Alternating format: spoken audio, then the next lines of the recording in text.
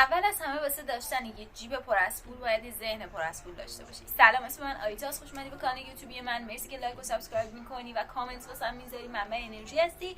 بریم سریع سراغ ویدیو.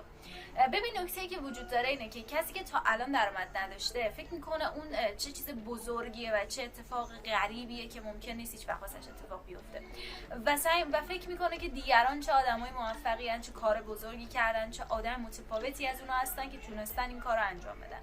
ولی من بهت قول میدم کسایی که تونستن موفق شن هیچ فرقی با ما نداشتن، از لحاظ جسمی، از لحاظ روحی، چیزای دیگه. البته 100% شرایط متفاوته، برای همین به هیچ عنوان هیچ وقت نباید خودتون رو کسی دیگه توی هیچ شرایطی مقایسه کنید، چون شما دارید هایلایت زندگی بقیه رو میبینید، دارید بهترین لحظات اونا رو مخصوصا تو اینستاگرام میبینید.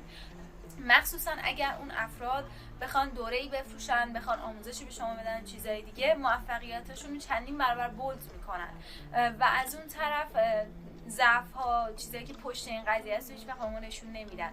بعد ما میایم تمام اون چیزا رو با زندگی خودمون مقایسه میکنیم و فکر میکنیم هیچ وقت موفق نمیشیم.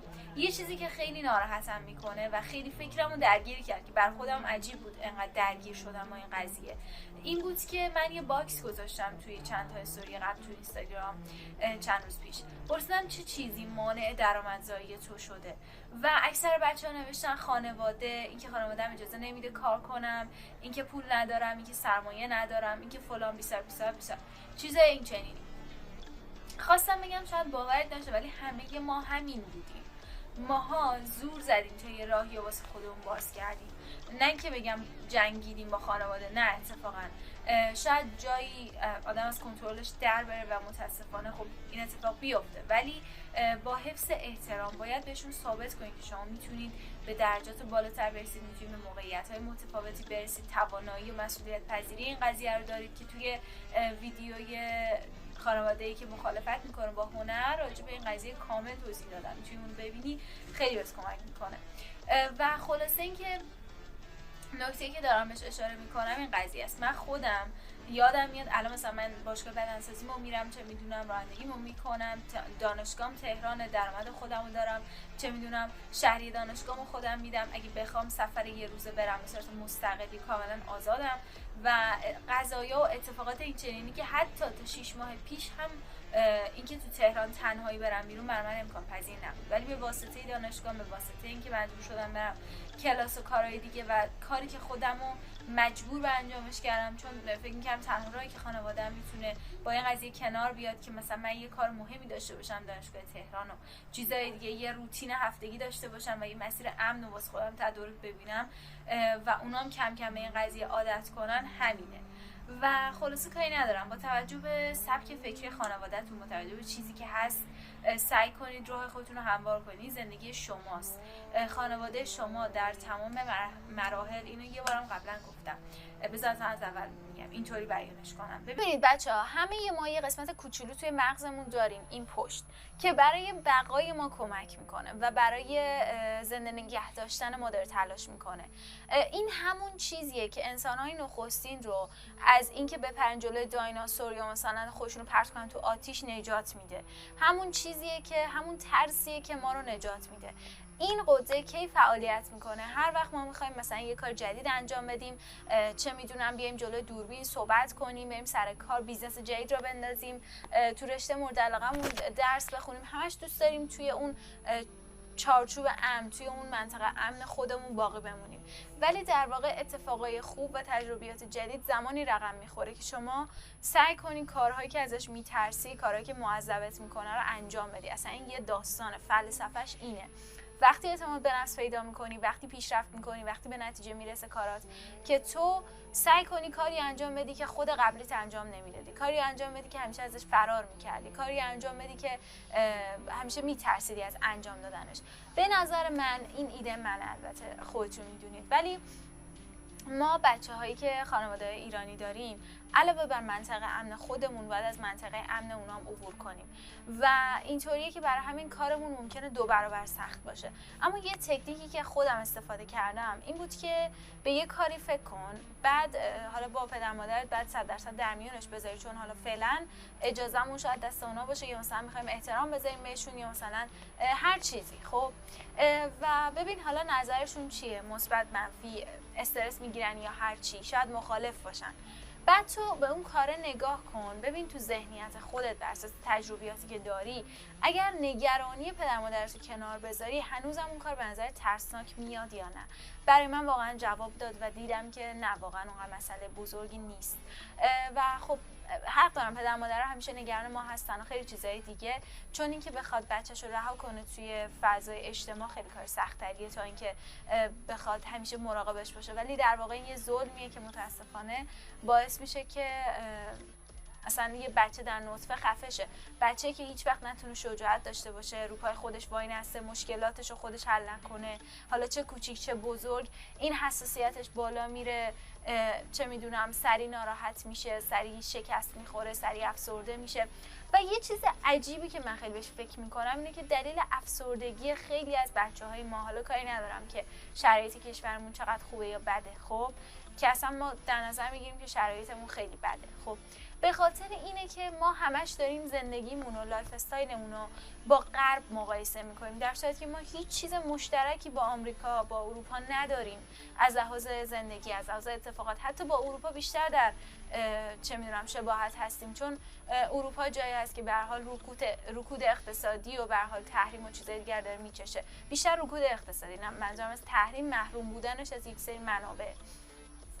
و نکته که میخوام بگم اینه که ما باید خودمون رو با زندگی الانمون وفق بدیم. ما داریم تو ایران زندگی میکنیم، زندگیمون سخته، چه میدونم قیمت دلار بالاست و اصلا احساس میکنم آرزوی جوانان ایرانی، کاری ندارم، نمیخوام شما ناراحت کنم، ولی دارم بهتون میگن فرض کنین شما یه گیاهی هستین توی کویر، 100% گیاهی که تو کویر داره رشد میکنه با گیاهی که داره توی یه منطقه خوشاب و هوا رشد میکنه متفاوته. 100% اون گیاهی که تو کویر ریشه دوونده تو خاک، در برابر چه میدونم طوفان شن و آب و سیلاب و همه چی باید خودشو مقاوم نگه داره تا زنده بمونه. ما نمیتونیم یه گل مخصوص مناطق هوای خوب رو بیاریم توی کویر بکاریم.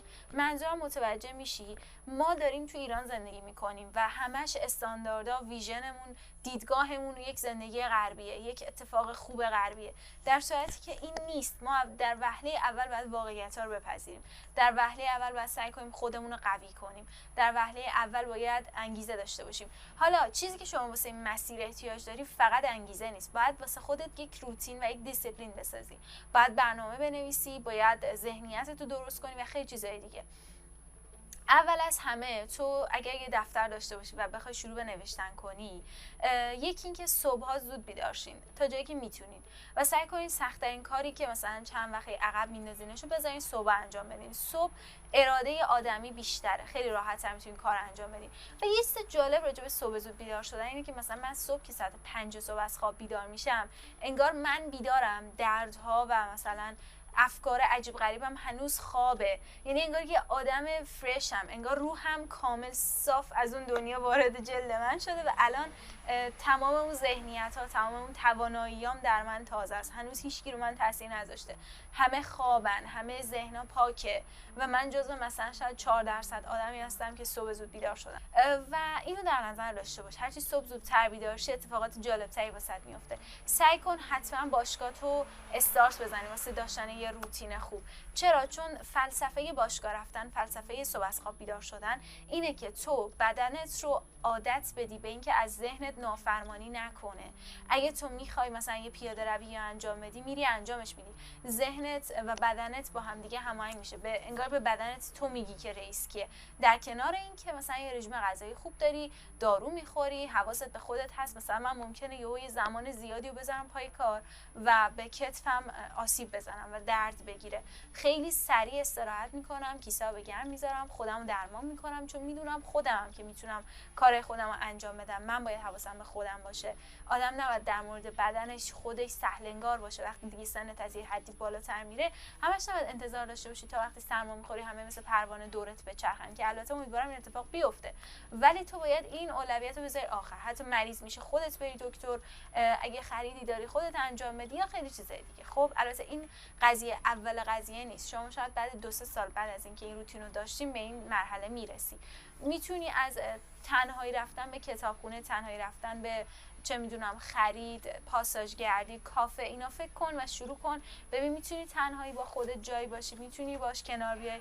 من خودم دارم توی شهر کوچیک زندگی میکنم، پس بهم نگیم تو فلان جا تنهایی بیرون رفتن اصلا مزخرف و اینا. اصلا همه چی به درون تو بستگی داره. همون موقعی که تو بتونی خودت رو از جامعه کات کنی، خودت رو از بقیه ببری و خودت کسی باشی که واسه خودت تصمیم میگیری، است که به نتیجه میرسی، به اتفاقات خوب واسط میفته و تو تغییر میکنی.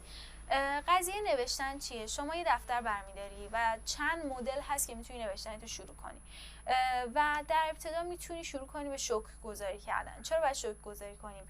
چون اینستاگرام و فضای مجازی تمام تمرکز و توجه ما رو نداشته هامون میذاره. ای وای من فلان ماشین رو ندارم، فلان خونه رو ندارم، در صورتی که میگفت یه انسان خوشبخت کسیه که سقف بالا سرشه، غذایی برای خوردن داره و یه آب تمیز داره. فرض کن و سلامتی که از همه مهمتره و ما همش اینو داریم نادیده میگیریم و همش در فکر چیزای بزرگتریم. در حالی که اینو قبول داری، در حالی که برای داشته ها شکرگزاری میکنی، میتونی روزی 3 تا شکرگزاری بنویسی، میتونی روزی یه ورق پر کنی، هر جوری که خودت راحتی. و اتفاقا هر موقع حالت بده این کارو کن، نه اینکه بهت بگم فقط زمانی که حالت خوبه این کارو کن. هر موقع حالت بده شروع کن به نوشتن تمام این چیزا. در مرحله بعدی کاری که میتونه بهت کمک کنه اینه که خواسته هاتو بنویس. نوشتن اینا هم باز داستان داره. تو نباید بنویسی من فلان چیزو میخوام، اینو میخوام، اونو میخوام. میگه تو کائنات نباید جریانشو قطع کنی. جالبه که هم تو دین اسلام اینطوری گفته شده، هم توی فضای مدرن و مجازی و چیزای دیگه بهش میگن یک نوع تکنیک مانیفست ذهنی. تمام چیزایی که میخواین رو جوری بنویسین که انگار دارینشون. من یه کانال یوتیوب مانیتایز شده دارم، با فلان سابسکرایبر ماهیانه انقدر درآمد دارم. نمیگی میخوام، انگار که این داره تناقض ایجاد میکنه. بگو دارم. بذار این مسیر برات خیلی آزاد و سیال باشه. باور کن اتفاقا همینقدر راحت میافته. مثلا اگر تو یه ماشین میخوای، لازم نیست فکر کنی من چه جوری اونو به دست میارم. برم وام بگیرم، قسطش اینجوری میشه، اونجوری میشه، پول بنزینشو چجوری در بیارم، چجوری ماشین سرم کلا نذارم. اصلا نباید به چیز چرت و پرت فکر کنی. مثلا ذهن ما اینطوریه که من بهت میگم به فیل فکر نکن. الان به فیل فکر نکن. در واقع تمام چیزی که تو داری بهش فکر میکنی فیله. داری همش فیل رو تصور میکنی. تمام چیزایی که میخوای رو بنویس. هرچی میخوای رو داشته باشی و شروع کن به نوشتن و برو سراغش. خب این از ذهنیت سازی و درست کردن حال روحیمون. حالا میخوایم انگیزه بگیریم. یه جدول میکشی. اگر من شروع کنم به کار و مثلا هر روز برم سر کار، هر روز ورزش کنم، هر روز مثلا پست و استوری بذارم تو اینستاگرام، چیزهایی که به دست میارم، اگه موفق بشم، اگه موفق نشم، در واقع اگه تلاش نکنم، 2 تا لیست می‌نویسی. شاید هر روز بنویسی، شاید این که مثلا ماهی یه بار احتیاج داشته باشی بنویس و به خودت یادآوری کن. اگر انجامش بدی به چه جوایزی میرسی، اگر انجامش ندی چه اتفاقاتی واسط میفته. و تا میتونی سعی کن این لذت بخشتر باشه و این زجرآورتر باشه. هر چقدر تو بیشتر بهت بر بخوره، به غیرتت بر بخوره، ناراحت شی، عصبانی شی، بیشتر به نتیجه میرسی. باور کن خشمی اهرم خیلی قویه، حسادت حتی. فقط تو باید اینو در جهت رسیدن به رویاهات استفاده کنی. مثل اینه که مثلا یکی سمت توی بطری بنزین پرت میکنه، تو میتونی اینو آتیش بزنی زیر ماشینت یا اینکه بریزی تو باکت و باش به مسیرت ادامه بدی. جفتش میتونه تو رو مسیر زندگی و سرنوشت رو عوض کنه. پس به تو بستگی داره. پس ما اومدیم انگیزمون هم اینطوری تولید کردیم. حالا چطور هدف داشته باشیم؟ تو خواستت رو می‌نویسی. سعی کن حالا اینجا خواستت یکم رئالیستی تر، واقع گرایانه تر باشه. مثلا وقتی تو تازه بیزنست رو راه انداختی ننویس میخوام تو ماه اول 20 میلیون رو بزنم. نه، این یه ذره عجیب غریبه. ماه اول 2 میلیون میخوام درآمد داشته باشم. من درآمدم از طریق مثلا فروش بسته 200,000 تومانی مثلا دوره طراحیمه. حالا برای اینکه 200,000 تومان بفروشم باید به 10 نفر بفروشم.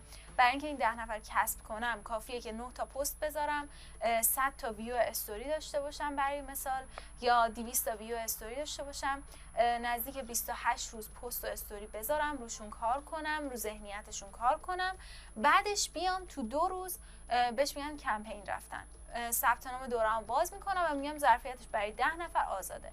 بعد 10 نفر شروع میکنم به تو پیام دادن و برای خرید کارت. بعد اون 10 نفر که اومدن، تو میای درآمدی که به دست آوردی و 2 میلیونی که داری، حالا کاری نداریم خرج و چیزای دیگه داریم، سعی کن اصلا اوایل کارت خیلی پولاتو خرج خودت نکنی، تا جایی که میتونی بذار خانواده کمکت کنه، اگر هم حالا جای نیاز داری استفاده کن. حالا یا ماه اول یا دیگه نهایت ماه دوم انقدی به درآمد میرسی که راحت میتونی پولتو مثلا برای تبلیغات خرج کنی، میتونی یه ذره‌شو درآمد، یه ذره‌شو پس انداز کنی و یه ذره‌شو حالا واسه چیز دیگه. کاری ندارم، الان من نمیخوام راجع به مدیریت مالی صحبت کنم، میخوام بهت بگم که پولی که اگر به دست آوردی رو به چخ نده. خیلی آسون میگم، مثلا نگه داشتن پول خیلی مهمتر از به دست آوردنشه، حتی باور کن. و اینو در نظر داشته باش که تو میخوای بیزنست رو بندازی، تو میخوای به درآمدزایی برسی، پس باید این مسیر رو آجرچینی و جوری پیش ببری که بیزنست روون شه، بیزنست به نتیجه برسه و به کارت ادامه بدی. و نکته که لازمه در اینجا داشته باشی بدونی اینه که سعی کن انرژی خودت بالا نگه داری، سعی کن کسایی ببینی که موفق شدن و اینکه خیلی اون موفقیت بقیه رو واسه خودت گنده نکن. اگر فرصت داری که بقیه رو هی ببینی، هی خودت باشون مقایسه کنی، پس به اندازه کافی تلاش نمی‌کنی. اینو من به چشم دیدم.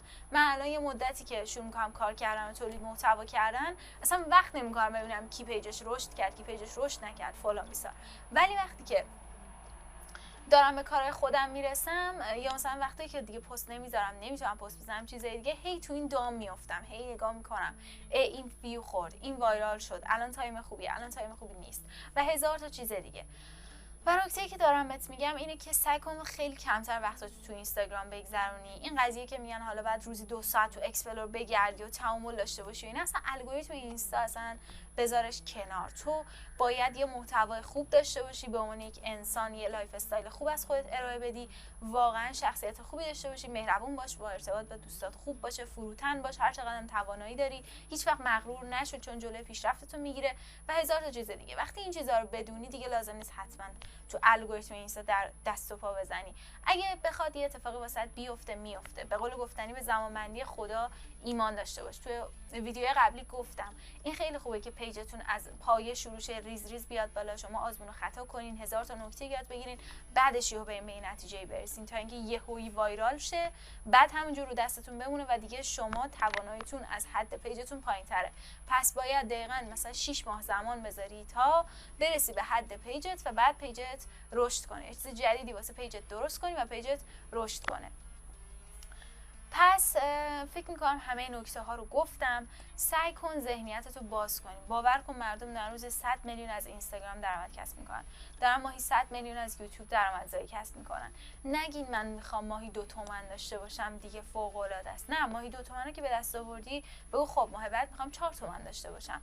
حالا حتما باید این پروسه تبلیغ، تبدیل و فروش رو همش تکرار کنی. بعد محتوای خوب تولید کنی، طبق محتوا تبلیغات بدی، فالوور که اومد لایو بذاری، باشون صحبت کنی، استوری بذاری، بهشون نکته بگی، توجهشون رو جلب کنی، بعد دوباره بفروشی و دوباره این چرخه رو هی تکرار کنی. این یه قضیه خیلی ساده است که خیلی راحت میتونه تو رو به درآمدزایی برسونه.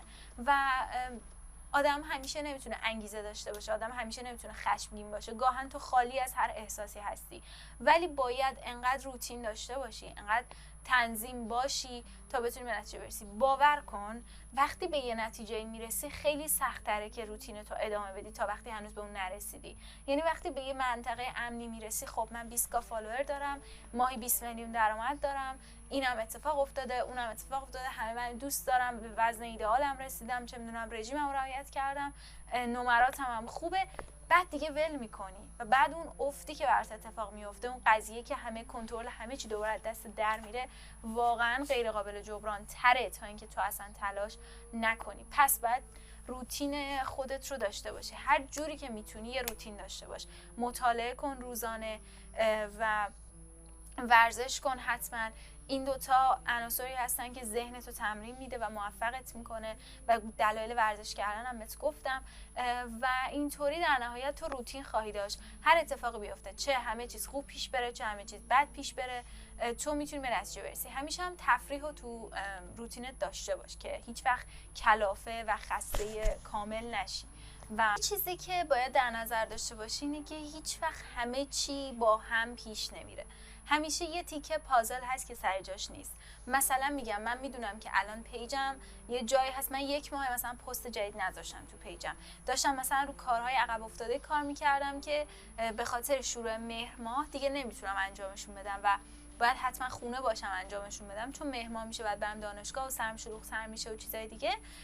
به هر حال سعی کردم این ماهو وقت بذارم رو کارهای یدی، کارهای دستی که بعد انجام بدم. از فضای مجازی دور شدم، پس رشد پیجم متوقف شد. ولی مثلا تو زمینه چه می‌دونم تولید محتوا، ساخت ویدیوهای یوتیوب، ادیت زدن، آپدیت دوره‌ای که دارم و چیزای دیگه به نتایج مثبتی رسیدم.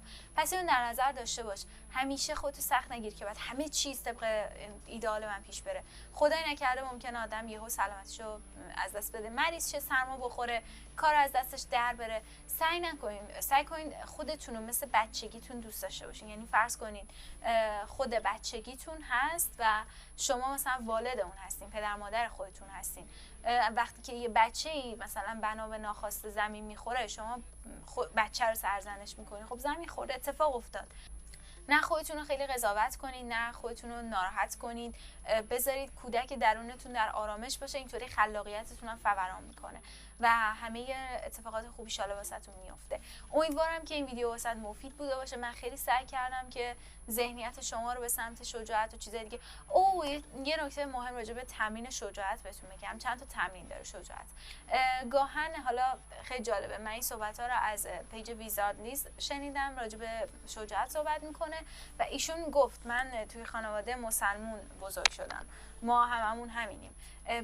ما چیزی که خیلی شنیدیم اینه که دختر باید حیا داشته باشه، چه میدونم سرشو بنداز پایین، تو چشم کسی نگاه نکن، خجالت بکش. بای دیفالت ما دخترها خیلی بیشتر خجالت میکشیم تا حالا آقایون البته خجالتی هستن.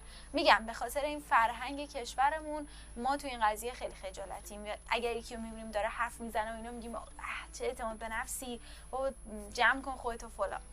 حس بدی بهمون دست خودمون نیست. ولی میگن آدم تا وقتی هر چقدر اعتماد به نفس داشته باشه، از خود راضی باشه، خودش رو دوست داشته باشه، وقتی فروتن باشی هیچ وقت آزاردهنده نیست اون حسی که داری و اون اتفاقاتی که داری رقم میزنی. برای تمرین شجاعت، شما میتونی عینک آفتابی بزنی و بری توی خیابون، سعی کنی از پشت عینک آفتابی با دیگران چش تو چشی و ارتباط دیداری برقرار کنی.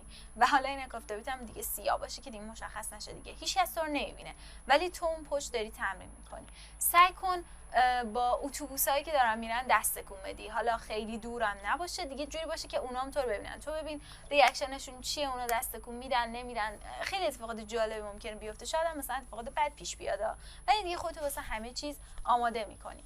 وقتی میری توی مغازه سعی کن تخفیف بگیری. نمیگم رو مغز چه میدونم فروشنده را برو، ولی مثلا تهش اگه جا داری یه تخفیفم بدی. به همین راحتی. همین جمله گاهن خیلی گفتنش واسمون سخت میشه.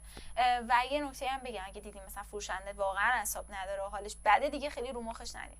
من چون واسم این اتفاق افتاد، معمولا چون با خودم تمرین کردم میکنم این کارو و مثلا تخفیف میگیرم. ولی دیدم یه دونه فروشنده است که دیگه مشتری قبلی حسابی رو مخش رفته و هزار چیز امتحان کرده بود و نخریده بود، دیگه حالش بد بود، دیگه مثلا حرف تخفیفو نزدم. اینم در نظر داشته باشین.